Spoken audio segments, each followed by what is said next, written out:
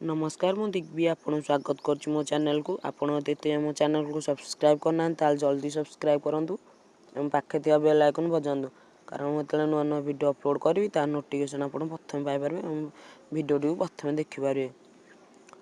Thumbnail तो आपण जानि सारिबेनी लेंबू पानी रे औषधीय गुण भरपूर मात्रा रही थाए। सकाल सकाल खाली पेट रे लेंबू पानी पीवा द्वारा शरीर को अनेक प्रकार लाभ मिली थाए। तेबे आसंतु जानिबा तार ऊपर ए वीडियो टी तो लेंबूर किसी उपकारिता विषय आसतु जानिया वीडियो टी डेन करी चलतु स्टार्ट करवा। लेंबू पानी पीवा द्वारा ओजन ह्रास पाई थाए, त्वचा आकर्षण देखा थाए।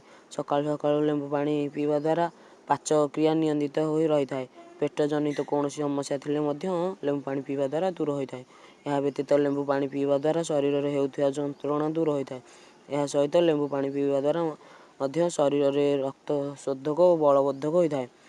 लेंबू पानी रे साधारणतः vitamin B, calcium, carbonium, magnesium, carbohydrate मिली थाए।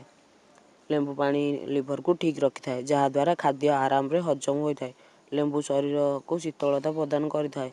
एथिपाई गरम दिन रे प्रतिदिन लेंबू पानी पीवा आवश्यक। अनेक समय रे पेट रे हेउथिया जंत्रणा किंबा गैस, गला जला पोड़ा समस्या आदि लेंबू पानी द्वारा ठीक होई थाए। लेंबू रे अधिक मात्रा रे पोटासियम रही थाए जहा द्वारा ब्लड प्रेशर, मुंड बिंधा भली समस्या मध्य दूर होई थाए।